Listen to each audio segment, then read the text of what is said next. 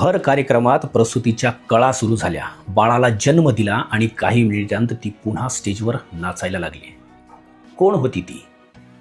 ती होती तमाशा सम्राज्ञी विठाबाई भाऊ मांग नारायणगावकर. आपल्या लावणी, अभिनय आणि अदाकारीने संपूर्ण महाराष्ट्राला वेड लावलं.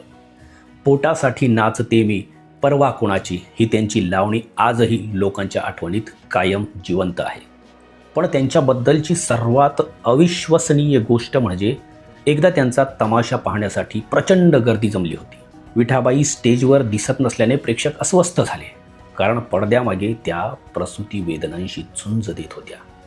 काही वेळात त्यांनी मुलीला जन्म दिला आणि सर्वांना आश्चर्याचा धक्का देत पुन्हा स्टेजवर येऊन त्यांनी लावणी सादर केली. कलेसाठी इतकं समर्पण क्वचितच पाहायला मिळतं. म्हणूनच आजही विठाबाई नारायणगावकर यांना महाराष्ट्राची खरी तमाशा सम्राज्ञी मानलं जातं.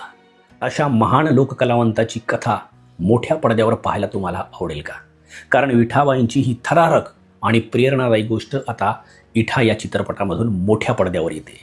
श्रद्धा कपूर साकारणार आहे विठाबाईंची भूमिका, तर लक्ष्मण उतेकर यांच्या दिग्दर्शनातून पुन्हा एकदा तो सुवर्णकाळ, तो संघर्ष आणि ती अद्भुत कलायात्रा मोठ्या पडद्यावर जिवंत होणार आहे. लक्षात ठेवा, कारण